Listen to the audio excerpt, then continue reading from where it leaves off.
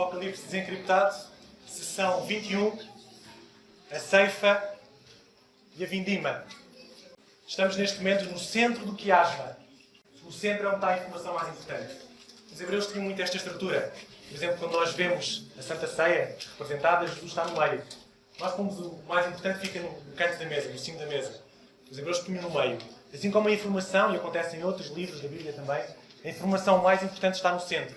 E nós estamos no versículo 12, 13 e 14, são os versículos mais importantes do Apocalipse, onde está a mensagem central, a mensagem que o Apocalipse quer revelar. E nós falta-nos só um bocadinho do capítulo 14, portanto estamos no final desta mensagem importante. Vamos só fazer uma breve revisão que é importante para nos situarmos naquilo que vamos falar hoje. Começamos no capítulo 12, que foi apresentado o grande conflito, em que o Senhor resumiu o grande conflito num capítulo. Se pegarmos o capítulo 12 do Apocalipse, está lá resumido todo o grande conflito. E aqui nós vimos que uma mulher estava para dar à luz e o dragão queria devorar o seu filho. Queria devorar Jesus. Nós sabemos como Herodes tentou matar Jesus, como o dragão conseguiu botar isto na cabeça de Herodes para tentar matar Jesus. Não conseguiu. Várias foram as derrotas de Satanás. Até que, não conseguindo matar Jesus, não conseguindo matar a igreja, o dragão vai se colocar na areia do mar. E na areia do mar, ele está entre dois lados, no mar e na terra. E na areia do mar ele vai suscitar duas forças. Capítulo 13. A besta do mar. Foi o primeiro que falámos. A primeira besta foi reportada por Satanás para ir contra o remanescente. O remanescente da igreja que ele não conseguiu matar Jesus, então agora vai contra a igreja, contra o remanescente da igreja. Temos a besta do mar, em que estudamos que estamos a falar da igreja católica. E depois recruta outra besta, a besta da terra, em que falámos dos Estados Unidos. Em que falámos como estas duas bestas vão se aliar e como a besta da terra vai dar poderio à besta do mar para que novamente haja uma supremacia da besta do mar. Terminamos isto, passamos para a visão de 644 mil no Monte Sião, por uma razão muito simples. Quem lê o capítulo 13 fica com medo, fica a pensar estas bestas são poderosíssimas. Conseguem realmente dominar todo o mundo, vão dominar mundialmente. Então João faz uma chamada de atenção e vai ter uma visão em que vai ver os 144 mil no céu para dizer, atenção, há quem vai resistir a essas bestas. Elas não vão dominar tudo. É possível resistir a estas bestas. É possível resistir a esse poderio mundial. Os 144 mil irão resistir. E depois é apresentado como é que esses santos dos últimos tempos vão resistir. Vão resistir através da mensagem dos 3 anos. Foi o último culto. Falámos da mensagem dos 3 anos e como a mensagem dos 3 anos é uma proteção para os filhos de Deus nos últimos tempos. E chegamos agora à última parte do capítulo 14. A segunda vinda, a cega e a vindima. O Espírito está-se a dançar. 12, 13, 14, cada vez a mensagem mais solene. E esta mensagem hoje é bem solene. E durante esta semana eu tive que parar muitas vezes, ajoelhar-me, orar, porque na verdade a mensagem de hoje é solene. E para trazer esta mensagem às nossas mentes esta manhã, eu preciso que o Espírito Santo toque no nosso coração e nos ajude a tomar as decisões certas, as decisões corretas. Gostava de dizer-vos que o contexto prévio então daquilo que nós vamos falar hoje é, estamos a falar das duas marcas. A marca da besta ou a marca de Deus. Quando chegamos a este capítulo da ceifa e da vindima, não se esqueçam que para trás temos ou a marca de Deus ou a marca da besta. Já foi decidido, já foi escolhido se queremos a marca de Deus ou a marca da besta. Dizer só duas coisinhas. O Apocalipse é encriptado. É uma linguagem descodificada com outros textos bíblicos. E hoje vamos falar da segunda vinda. Vamos perceber isso com outros textos bíblicos também. Vamos falar da parábola do trigo e do joio. Também vamos entender melhor a cega quando falarmos sobre isso. E dizer-vos também que é comprimido. O Apocalipse é comprimido porque vários assuntos são ampliados por outros textos bíblicos. E esta é a riqueza do Apocalipse. Nós podíamos fazer este seminário do Apocalipse em 10 sessões. Já vamos na 21ª. Exatamente porque o importante não é sabermos a parte teológica, a parte de saber muito bem quem são as bestas, saber isso tudo, mas é retirar as lições para a nossa vida que o Apocalipse nos quer dar. Porque é uma revelação de Jesus. E se nós não vimos Jesus em Apocalipse, não vale a pena estudar Apocalipse. Portanto, precisamos de ver Jesus na revelação do Apocalipse. Ver isto nas nossas vidas. Aí o Apocalipse fará sentido. Como não podia deixar de ser, vamos ouvir a narração e a imagem literal de Apocalipse, capítulo 14, do versículo 14 ao versículo 20, aquilo que queremos estudar esta manhã.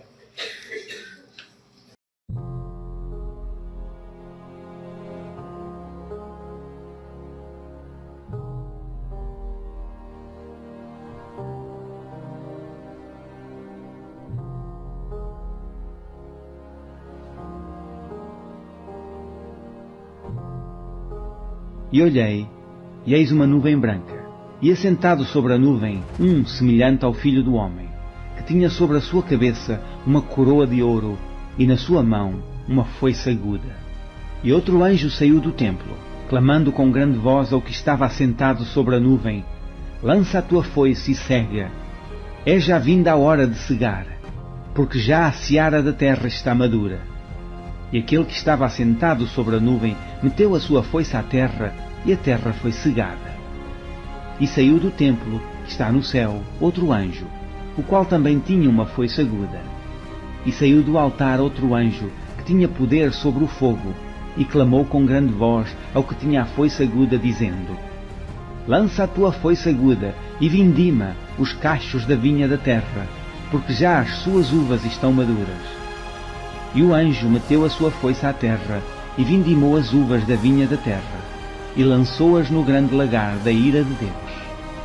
E o lagar foi pisado fora da cidade, e saiu sangue do lagar até aos freios dos cavalos, pelo espaço de 1.600 estádios.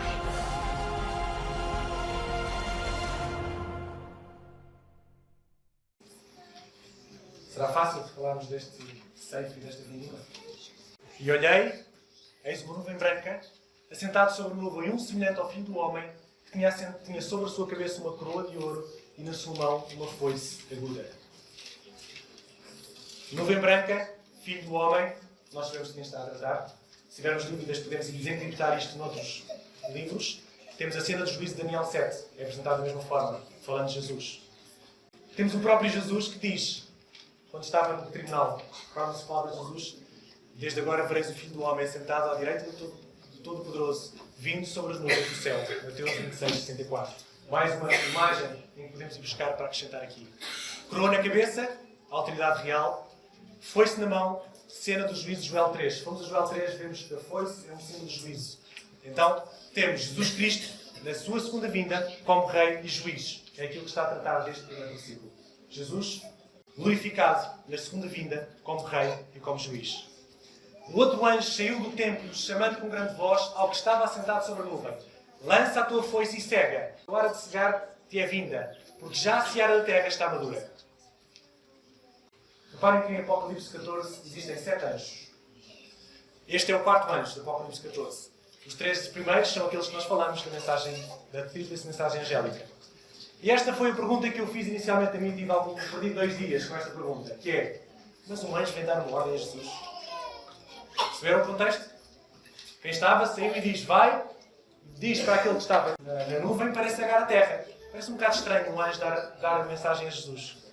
E eu percebi então que os anjos de Apocalipse 14 anunciam o que há de acontecer no seu tempo próprio. Portanto, este anjo não está a dar nenhuma ordem a Jesus. O ser criado, dar uma ordem para um ser criador era estranho. Mas o que este anjo está a fazer, está a dar sequência à história, está a mostrar a sequência da história. É o que este anjo vem fazer. Vem dizer: está na hora então de haver esta ceifa. E continuamos. Aquele que estava assentado sobre a nuvem meteu a sua foice à terra, e a terra foi cegada. Depois de tantos avisos, não havia mais nenhum a ser dado. Se nós lemos para trás, vários foram os avisos. Vários foram os anjos que disseram: está na hora. Sai dela, povo meu. O Senhor voltará. O juízo começou. Vários foram os avisos. Chegamos a um momento em que a seara está madura e não há mais avisos. E por isso este é um momento solene. Um momento em que aqui já acabou o tempo da graça. Aqui já tudo está decidido. Não há mais demora. A porta da graça já está fechada. A seara dos santos, então, a segunda vinda. Mas para falarmos disto, para percebermos bem este contexto, eu preciso ir buscar outra parábola. Preciso ir buscar a parábola do trigo e do joio, para nós entendermos bem e para que esta mensagem faça sentido na nossa vida e apele ao nosso coração. Jesus contou uma parábola aos discípulos. Propôs-lhes outra parábola, dizendo: o reino dos céus é semelhante ao homem que semeia a boa semente no seu campo. Mas dormindo, os homens, veio o seu inimigo e semeou joio no meio do trigo e retirou-se. Quando a erva cresceu e frutificou, apareceu também o joio. E os servos do pai de família, indo ter com eles, disseram-lhe: Senhor, não semeaste tu no teu campo boa semente? Por que tem então joio? E ele lhes disse: O inimigo é que fez isto. Os servos lhe disseram: Queres, pois, que vamos arrancá-lo? Ele, porém, lhes disse: Não, para que, ao colher o joio, não arranqueis também o trigo com ele. Deixai crescer ambos juntos até à ceifa. E por ocasião da ceifa direi aos ceifeiros: Colhei primeiro o joio e atai-o em molhos para o queimar, mas o trigo ajuntai-o no meu celeiro. Estão a fazer a ligação das duas histórias? Os discípulos estavam curiosos contra esta parábola, eles não entenderam, e eles próprios vêm ter com Jesus. Não precisamos de ter grande imaginação, porque Jesus vai-nos dizer o que é que representa esta parábola. É o próprio Jesus que diz, no versículo 37 e 39, ele explica: o que semeia a boa semente é o filho do homem. O campo é o mundo. A boa semente é os filhos do reino. O joio é os filhos do maligno. Quem semeou o joio? O diabo. A ceifa é o fim do mundo. Os ceifeiros são os anjos. Jesus desencriptou esta parábola para nós. E vamos precisar desta parte para entender aquilo que está a acontecer agora em Apocalipse 14. Duas colheitas. A colheita do trigo para o celeiro de Deus. A colheita do joio para queimar. Jesus, antes de contar a parábola, ele vai dizer uma coisa que nós já estamos habituados a ouvir em Apocalipse. Diz assim: quem tem ouvidos para ouvir, ouça. É um bocadinho estranho. Os nossos ouvidos não servem para ouvir. Todos temos ouvidos. Todos servem para ouvir, não é? Aquilo que Jesus estava a dizer é que os ouvidos servem para ouvir, mas servem também para compreender. O ouvir que Jesus está aqui a falar é a compreensão. O que Jesus está a dizer é: o trigo e o joio estarão juntos até ao fim. Percebeste? O pastor Bulhon conta uma história. Ele diz que numa determinada igreja houve uma jovem professora, uma jovem secretária de um grande grupo financeiro, e ela estava bem na vida, e ela teve estudos com o pastor Bulhon. E o pastor Bulhon foi-lhe contando, foi-lhe revelando as verdades divinas, e ela ficou estupefacta, ela ficou maravilhada com aquilo. A cada estudo que ela ia tendo, ela ia realmente entregando o seu coração a Jesus. O pastor teve o privilégio de batizar esta jovem, e foi muito bonito realmente esta cerimónia, foi muito bonita esta entrega desta jovem. Anos mais tarde, o pastor voltou àquela igreja, perguntou por ela. Disse: não, ela não está mais. Mas como? Saiu da igreja, nós já a procuramos, ela foge, não responde, o pastor já foi a casa, ela faz como se não estivesse em casa, não conseguimos saber nada desta jovem. E o pastor não ficou triste. Porque realmente esta era uma jovem promissora, uma jovem que tinha tido uma fé maravilhosa e uma entrega muito bonita a Deus. Mas andando por aquela cidade, Deus assim quis, e o pastor Bulhon avistou a jovem no meio da multidão. Ela também viu o pastor Bulhon e fugiu. Entrou para dentro do supermercado. O pastor Bulhon foi atrás dela, para o supermercado. E ela entrou num corredor, e o pastor ia atrás dela, ela mudava de corredor, até ao ponto que o pastor mudou e fintou-a, e ela estava a olhar para trás a ver se via o pastor e bate contra o peito do pastor Bulhon. Quando isto acontece, ela abraça o pastor Bulhon e chora. Chora e diz que agora tinha vergonha de ir à igreja. E o pastor Bulhon pergunta: mas porquê? O que aconteceu? E ela diz: pastor, eu não estava preparado para encontrar o que encontrei na igreja. Pensava que na igreja eram todos santos, que eram diferentes do mundo. Mas afinal eu vi várias coisas em que as pessoas são iguais aos lá de fora. Eu não estava preparado para isso. Eu pensei: não, isto não pode ser a igreja verdadeira. Porque há aqui muitas pessoas que são iguais às do mundo. E o pastor Bulhon olhou para ela e disse: jovem, vamos fazer uma coisa. Pega um papel. Porquê? Pega um papel. E vais escrever todos os motivos por que deixaste a igreja. Porque o meu irmão A não foi simpático comigo, porque o irmão B diz uma coisa e faz outra, porque o irmão C realmente não é verdadeiro cristão. Escreve todos esses motivos. E agora? Agora, quando Jesus vier e vier procurar por ti com lágrimas nos olhos, tu entregas o papel e dizes: porquê é que não estás pronto? Perceberam a lição? O trigo e o joio estarão juntos. Não pode ser desculpa para deixar de frequentar a igreja. O trigo e o joio permanecerão juntos. Não cabe a nós julgar quem é o trigo e quem é o joio. Não cabe a nós julgar. Conto-vos outra mensagem para ajudar a completar este quadro.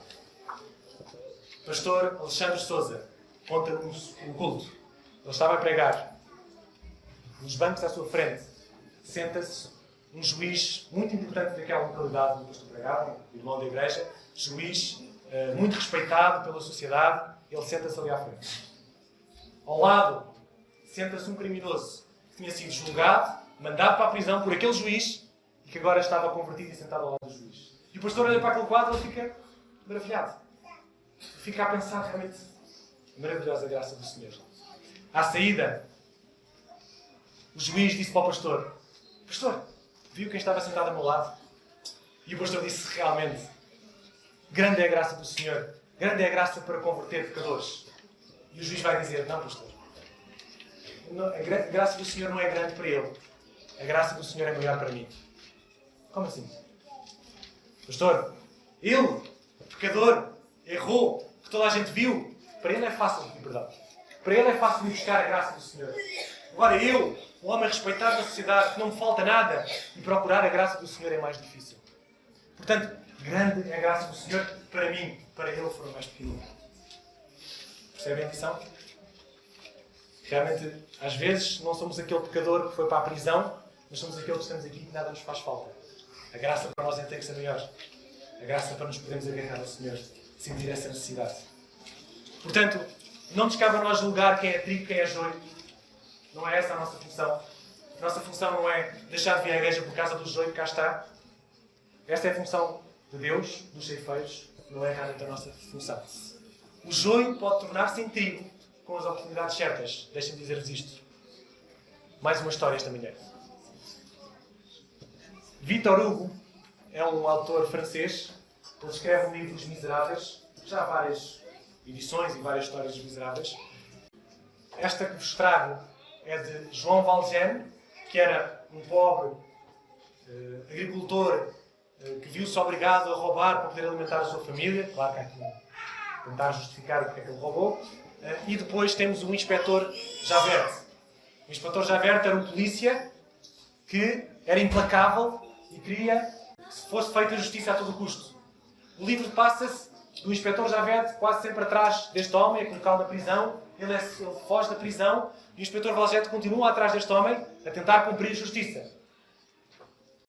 Valjean, na sua fuga, entra dentro do mosteiro. Entra dentro do mosteiro, encontra o padre. Não diz ao padre que estava a fugir, diz ao padre que precisa de abrigo naquela noite. Precisa ficar. Padre, ok, tudo bem, podes ficar aqui. Quando ele entra naquela sala, abre os olhos, vê várias coisas de ouro, várias coisas de prata, e aquele apelo foi grande. E durante a noite, quando o padre estava a dormir, ele pegou nas coisas e fugiu. O inspetor conseguiu apanhá-lo. Diz: bom, agora só preciso de formular a acusação.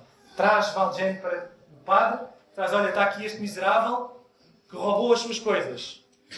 E o padre vai responder: não, ele não roubou. Fui eu que lhe dei. Aliás, esqueceste mais desta e mais desta coisa e mais desta coisa. Escusado será dizer que foi a última vez que aquele homem roubou. Porquê? Porque ele sentiu o humor. Foi a diferença. E, meus queridos, o joio pode tornar-se em trigo com as oportunidades certas. Provavelmente o joio terá mais oportunidades de transformar-se em trigo na igreja do que fora dela. E não pensem que isto é assim tão claro como água. Eu sou só trigo e não sou joio também. Muitas vezes na minha vida, muitas vezes na igreja, muitas vezes como oficial, eu também sou joio.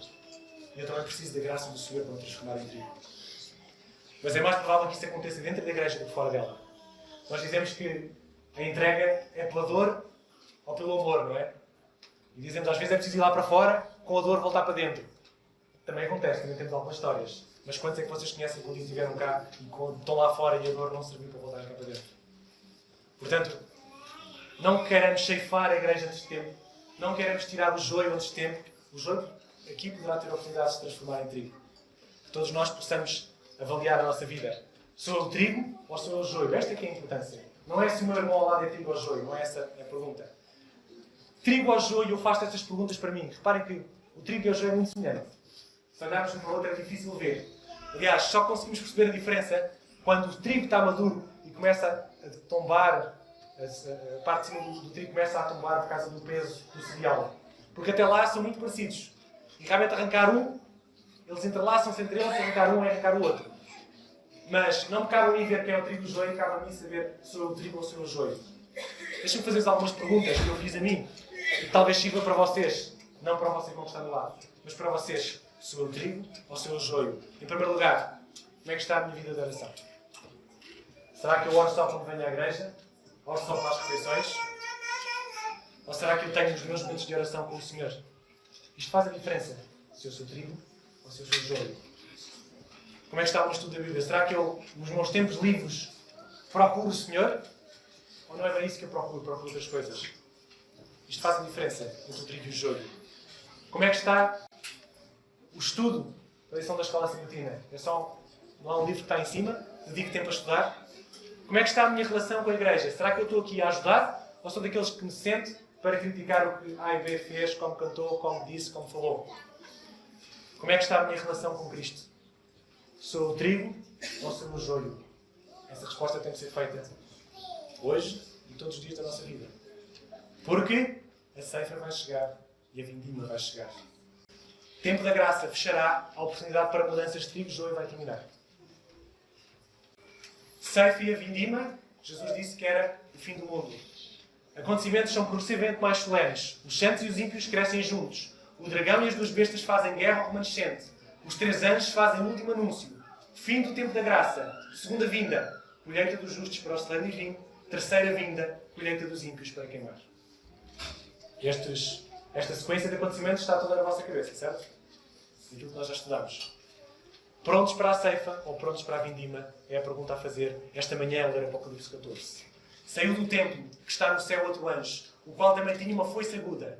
E saiu do altar outro anjo que tinha poder sobre o fogo, e clamou com grande voz ao que tinha a foice aguda, dizendo: lança a tua foice aguda e vindima os cachos da vinha da terra. Passamos a parte da ceifa, do cereal que é recolhido para o celeiro de Deus. Chegamos à parte da vindima. Está escrito em Apocalipse também que vai haver uma vindima. Mais 2 anjos, um com uma foice aguda e o outro com indicação para dar o início da vindima. E este anjo tinha um poder sobre o fogo. Mais uma perguntinha que eu fiz para mim no meio de alguns dias, mas realmente não é muito difícil. Se tem poder sobre o fogo é porque os ímpios serão destruídos pelo fogo. Portanto, a lógica é esta, de dar poder sobre o fogo. O fogo é o elemento usado na destruição dos ímpios. O cereal está maduro e as uvas estão maduras também. São as duas colheitas. Há um paralelo com o ano agrícola da Palestina. Em primeiro lugar, na primavera era feita a colheita dos cereais e os frutos era feito depois no outono. Há este paralelo com estas colheitas. Primeiro a cega da colheita dos santos, a seguir a vindima da colheita dos ímpios. Se nós pegarmos a nossa linha do tempo, já está bem preenchida, temos vindo preenchendo ao longo dos Apocalipses acreditados, vamos colocar exatamente aqui a cega dos santos, dos cereais, na segunda vinda de Jesus, e ali a destruição dos ímpios, na terceira vinda de Jesus a esta terra. O anjo lançou a sua foice à terra e vindimou as uvas da vinha da terra e atirou-as no grande lagar da ira de Deus. E o lagar foi pisado fora da cidade e saiu sangue do lagar até ao freio dos cavalos pelo espaço de 1600 estádios. É um versículo que não é bonito de ler, não é bonito de pregar, não é bonito de falar, mas é tão real como todos os outros. E se Apocalipse não errou em nada, também não vai errar nisto. As uvas são colhidas para o lagar e lá elas vão ser pisadas. Quem é que vai pisar as uvas? Apocalipse 19 responde: estava vestido com uma veste salpicada de sangue e ele mesmo é o que pisa o lagar do vinho de furor da ira de Deus Todo-Poderoso. Está a falar de Jesus. Jesus irá pisar estas uvas. O estranho ato de Deus, mas que vai acontecer. Justiça, a salvação para o inocente e a condenação para o culpado. Não há outra forma de fazer justiça. Para fazer justiça temos que absolver quem realmente está inocente e culpar quem realmente está culpado. Lembram-se que já desde o 6º selo os mártires já clamam por justiça. Aqueles que morreram pela fé, eles clamam por justiça. Quando é que isto termina? É assim que isto vai terminar. Fora da cidade, é fácil de compreender também porque é que lá está escrito que a vindima vai ser fora da cidade. Lembram-se quando a cidade de Jerusalém descer? Os ímpios estarão cá fora. O que é que vai acontecer? Serão destruídos. A justiça é a salvação para o inocente e a condenação para o culpado, novamente. Sangue. Podemos tirar aqui algumas... Não é que isso tenha implicações que sejam importantes para a salvação, mas algumas implicações. O freio dos cavalos seria 1,5 metro de altura. 1600 estádios, sabemos que cada estádio seria 200 metros, temos 320 km quadrados. Ou seja, isto é talvez um mar de sangue, muitos mortos, é o que isto nos está a dizer. Mas, se calhar, outra mais interessante ainda é estes 1600 estádios. O número 4 é o número da terra. Se nós formos, por exemplo, ao Apocalipse 7, temos os 4 anjos nos 4 cantos da terra. Nós sabemos que os hebreus, quando queriam hiperbolizar alguma coisa, eles multiplicavam por 100. Quando se perguntaram a Jesus, quantas vezes vou perdoar? 7 vezes? Diz, não, até 70 vezes 7. Eles multiplicavam. Portanto, quando estamos a falar de 4 vezes 4 vezes 100, que dá aos 1600, o que estamos a querer dizer, se calhar, é que este castigo então tem proporções mundiais. Toda a terra vai ser purificada deste pecado e nunca mais vai surgir novamente o pecado. É isto que quero dizer. Meus queridos, é solene esta mensagem. Dizer-vos que 59% do Apocalipse está estudado, passamos a 61%, e termino com uma ilustração muito simples, que se calhar vocês até conhecem esta ilustração. O jovem está em cima do muro. De um lado, estão os seus pais, estão os irmãos da igreja, está aqueles que lhes querem bem, e chama, vem para este lado, vem para aqui. Não fiques aí em cima do muro, vem para aqui. Do outro lado está Satanás, estão os seus anjos, estão alguns irmãos da igreja, estão alguns amigos. Do lado de lá não dizem nada. Estão calados a olhar para o jovem. Do outro lado chamavam, vem para aqui, desce do muro. Do outro lado calados a olhar para o jovem. E o jovem achou aquilo interessante. Mas espera, ali chamam por mim, querem que eu vá para ali e aqui não dizem nada? Como é que isto é possível? E ele perguntou, porquê é que vocês não me estão a chamar? Sabe qual foi a resposta? O muro é meu. É esta a resposta. Satanás diz, o muro é meu. Portanto, estás onde é preciso. Meus queridos, hoje estamos nós em cima do muro. Estamos nós a vir à igreja mais uma vez para ouvir mais uma mensagem, para sairmos daqui e não fazer diferença nenhuma. Mas estamos nós aqui a dizer, Senhor, está na altura de eu me transformar em trigo. Está na altura de eu transformar o joio que está na minha vida e transformar-me em trigo. Porque em breve tu virás. E eu preciso estar no lado certo. Eu preciso estar amadurecido para a ceifa do Senhor e não para a julina. Que Apocalipse 12, 13 e 14 nos encha a nossa mente, nos faça compreender os tempos em que estamos a viver e que está na altura de tomar uma decisão e que não é em cima do muro que estão decisões, porque o muro é dele. O muro é de Satanás. Está na altura de deixarmos o muro e irmos para o lado certo. Boa tarde.